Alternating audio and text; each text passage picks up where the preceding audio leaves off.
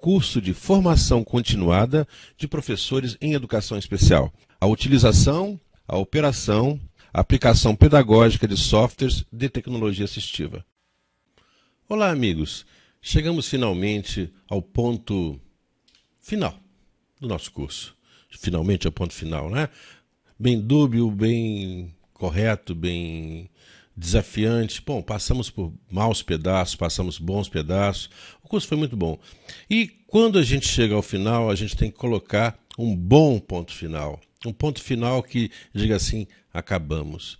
Mas como é possível colocar um ponto final em algo que é completamente aberto?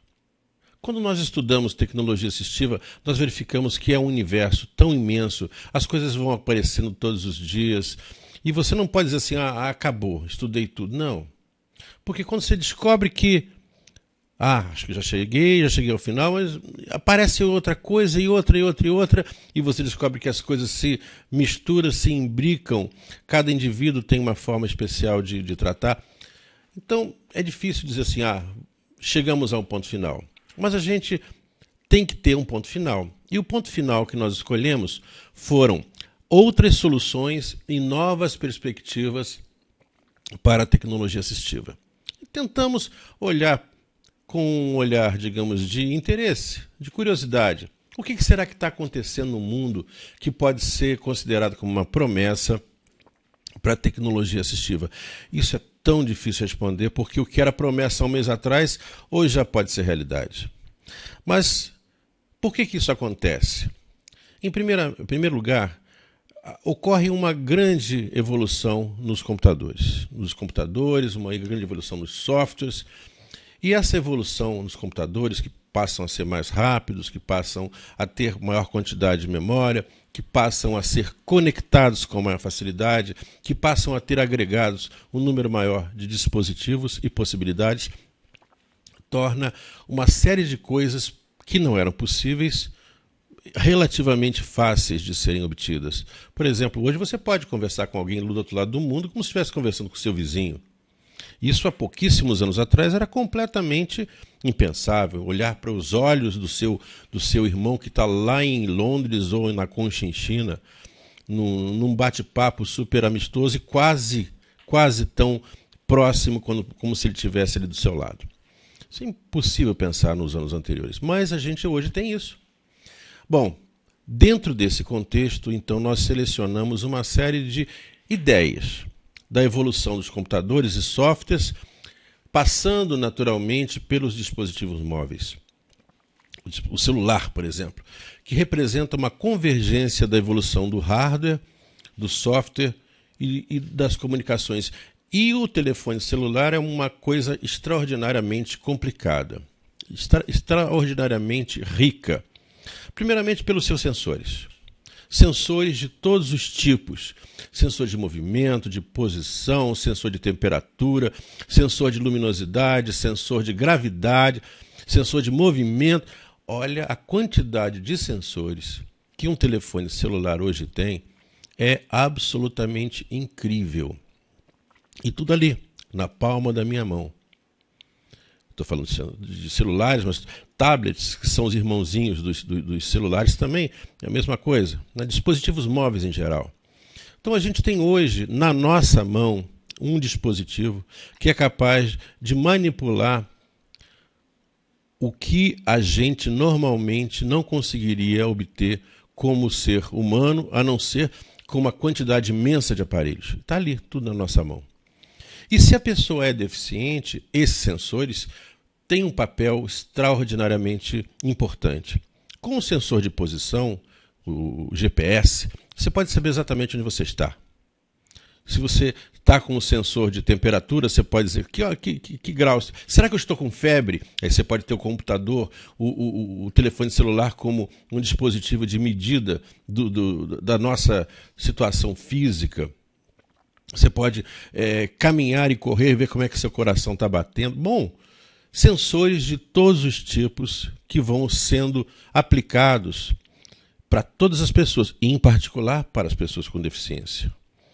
As pessoas com deficiência, então, passam a fazer uso desses dispositivos com uma quantidade tão grande de aplicações, muitas vezes aplicações criadas para solucionar casos específicos da pessoa com deficiência. Uma pessoa que é tetraplégica não consegue usar o computador, está na frente dela um laptop e ela, com o telefone celular, vai passando a mão ali num sofá, ou a mão, ou o cotovelo, ou seja lá o que for, ou olhando para o celular, e aquilo ali vai controlando o dispositivo remoto. O computador, como o celular como controle remoto, por exemplo. Bom, além disso, além desse poder extraordinário que é dado pelo software, hardware e pelas comunicações, claro, você poder falar com outros lugares, né?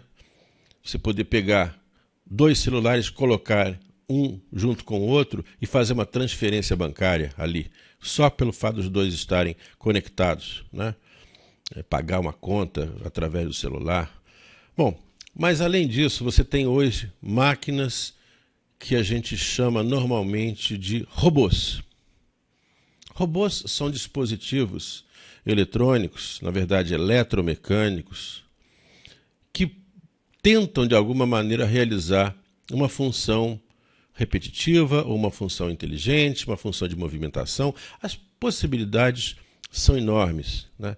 No Japão, por exemplo, existe um robô pequenininho que é colocado com uma capa como se fosse uma foca, que é usado para fazer com que as pessoas que são idosas possam se divertir, né? A pessoa que tem Alzheimer fica ali brincando com a foca. E focas, como robôs, são melhores do que cachorros, porque o cachorro a gente conhece muito bem. A gente sabe, por exemplo, se a gente fizer um robô cachorro e o robô não se movimentar exatamente como um cachorro de verdade, a gente sabe. Mas ninguém tem uma foca em casa, né? Então, se fizer um robô foca, e se o robô foca se movimentar de uma maneira peculiar, ninguém vai nem saber se a foca está agindo de forma correta ou não, o robô foca, né? E as pessoas adultas que têm Alzheimer gostam de brincar com o robô foca. Bom, isso lá no Japão, provavelmente aqui no Brasil também vai existir isso rapidamente, né? Mas robôs também que permitem que uma pessoa que tenha uma deficiência motora possa ser carregada da sua cama para a cadeira, ou que o robô vá lá buscar água para você, ou vai limpar a casa, né? Então, os robôs estão se tornando rapidamente elementos presentes na nossa vida. E isso acontece assim muito, muito, muito rápido. Quando a gente perceber, já estão lá os robôs na nossa casa. Hoje, por exemplo, nos Estados Unidos é capaz de você encontrar na casa da pessoa um robô limpador de casa. Você sai de casa, programa o robô e o robô vai lá, limpa a sua casa, né? Vai atrás dos móveis, embaixo do tapete, vai limpando a sua casa, né? E quando você chega de noite, o robô já limpou a sua casa. Ah, mas espera aí, isso é perigoso, vai substituir seres humanos por máquinas. Nossa, mas isso já existe há tantos anos, seres humanos sendo substituídos por máquinas. O que faz com que isso seja pernicioso ou não é uma legislação eficiente, que é outro problema muito sério que a gente vai ter que enfrentar nesse novo universo de possibilidades. Bom, e a robotização é um lado, e outro lado também muito interessante chama-se ciborguização, ou cyborgização, como queiram. Cyborgization. Cyborg é um termo cunhado mais ou menos há uns 30 anos atrás, que significa meio homem, meio máquina. Então, por exemplo, hoje em dia, você já pode pensar assim, meu coração está ruim, vou tirar um coração, vou botar uma máquina aqui. Né? Vou botar uma bombinha eletrônica. Já existe isso, né? Talvez não para uso diário, mas numa operação. A minha mão, ela está com um problema, ela não consegue mais se movimentar. Eu vou tirar essa mão fora, vou botar uma mão biônica. Possível? Já é possível. Não é barato, não é comum, mas já é possível. Então, a ciborgização hoje está se tornando uma coisa muito comum. E para a pessoa que tem deficiência, a sua transformação num ciborgue não é absolutamente uma coisa indesejável. Tá? Um tipo especial de ciborgue é o exoesqueleto. Por exemplo, uma pessoa que tem paraplegia, ela coloca uma espécie de uma roupa, e essa roupa contém dentro dela uma série de motores, né? Então, através desses motores, a pessoa consegue ficar em pé, a pessoa consegue andar com relativa facilidade. Não é assim uma perfeição hoje, mas eu acredito que daqui a pouco tempo um tetraplégico vai botar suas pernas artificiais e vai sair andando pelo mundo, né, sem a menor dificuldade, né? Eu estou falando de pernas mecânicas, mas podia ser qualquer outra coisa mecânica. Bom, o computador hoje pode ser controlado praticamente através de qualquer coisa. Por exemplo, dos olhos. O controle do computador pelos olhos é muito, muito usado já. Você olha para a máquina e o computador olha para os seus olhos. Ele descobre para onde você está olhando e, dependendo de onde você está olhando, ele toma uma atitude. Então, por exemplo, você pode pegar uma pessoa absolutamente paralisada, com uma situação de deficiência quase total, só mexendo os olhos, ela consegue comandar o computador só com o seu olhar. Mas podemos ir ainda mais longe. Hoje em dia é razoavelmente possível, ainda é uma área que tem uma evolução razoavelmente distante, mas já está chegando rapidamente, que é o controle do computador com o cérebro. Hoje, por exemplo, existem máquinas que tiram o seu encefalograma, eletroencefalograma, em tempo real e fazem uma análise, e esses dados do eletroencefalograma podem ser utilizados no controle de dispositivos. Por exemplo, você pensa assim, apagar a luz, e aquele seu pensamento apagar a luz é interpretado pela máquina, né, e é transformado num comando que apaga a luz, ou que liga a televisão, ou que sei lá o quê. Não é transmissão de pensamento, é interpretação de sinais cerebrais. O conhecimento sobre o cérebro está crescendo de uma maneira extraordinariamente rápida nos últimos anos. O cérebro já está bastante mapeado, e na medida que o cérebro está bastante mapeado, os seus sinais estão sendo cada vez mais conhecidos, se torna possível esse tipo de coisa, de você usar o seu cérebro para controlar através de um computador com um software específico praticamente todas as coisas do mundo. Bom, se você controla o computador com a mente, aí eu pergunto, e os limites? Quais são os limites disso tudo? Quais são os limites para uma pessoa com deficiência? O que ela pode esperar, o que ela não pode esperar, ou o que ela deve esperar? Não sei. Será que existem limites? É uma pergunta que fica em aberto. E o que eu noto é o seguinte, quando se coloca um certo limite, um certo tempo depois esse limite desaparece. Outros limites aparecem maiores, e algum tempo depois esses limites também são derrubados. E essa evolução parece não ter fim. Não sei. E nesse processo, como é que fica o indivíduo? O indivíduo vai ter mudanças. Hoje em dia, a pessoa já se coloca voluntariamente no YouTube, se coloca voluntariamente no Facebook. E aí, você, que nem conhece o sujeito, sabe dizer exatamente o que ele pensa, o que ele age, você passa a ser parte de uma coletividade. E isso é verdade. Tá? Você deixa de ser um indivíduo, você passa a ser uma peça no mundo, né? Hoje em dia, por exemplo, vocês sabem que eu posso fazer uma compra e no final do ano o imposto de renda sabe exatamente onde eu comprei, quando eu comprei, com quem eu comprei, e etc, etc, etc. Então, o que eu faço hoje já pode ser controlado. E digo mais, dentro de muito, muito pouco tempo, as pessoas já vão trazer dentro do seu próprio organismo, provavelmente quando nascerem, um chip enfiado dentro do braço, ou sei lá onde, que vai monitorar você e transmitir para o mundo o que você faz e talvez até o que você pensa. Isso é sonho? Não, não é sonho. Veja na internet.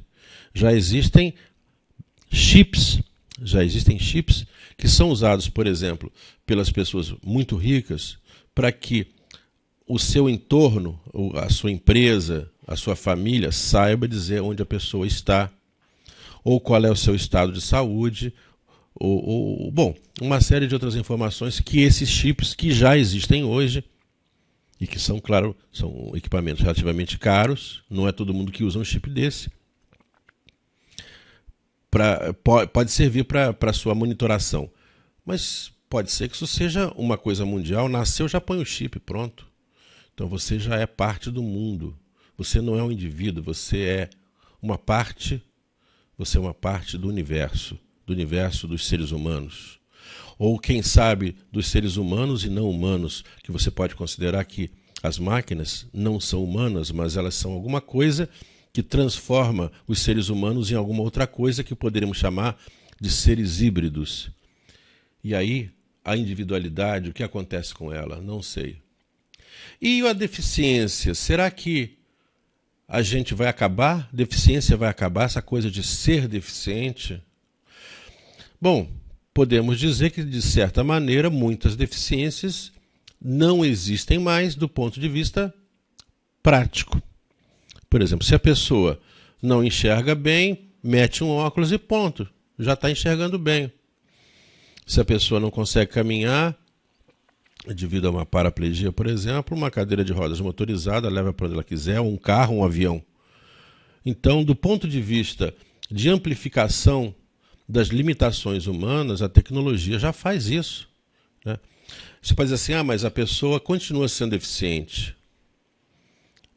Mais ou menos. Você vai dizer que uma pessoa que usa óculos é deficiente? Eu talvez não dissesse isso.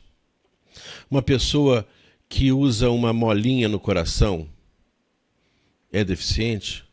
Uma pessoa que usa um coração mecânico é deficiente? Quem sabe um cérebro diferenciado. Meu cérebro está ruim, vou botar um outro cérebro. Será que isso é possível?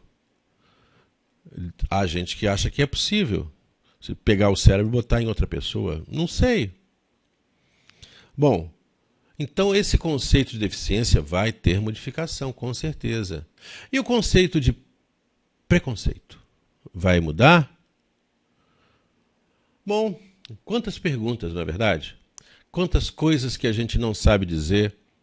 E a ideia desse último módulo é isso: provocar um repensar sobre o futuro. Um repensar consciente, um repensar com esperança, um repensar com cuidado. E o que a gente pode esperar disso tudo? Eu não sei. Cada um de vocês, ao fazer esse curso, vai sair com certeza com muitas coisas modificadas. E pode ter certeza, desde o início foi isso que a gente quis.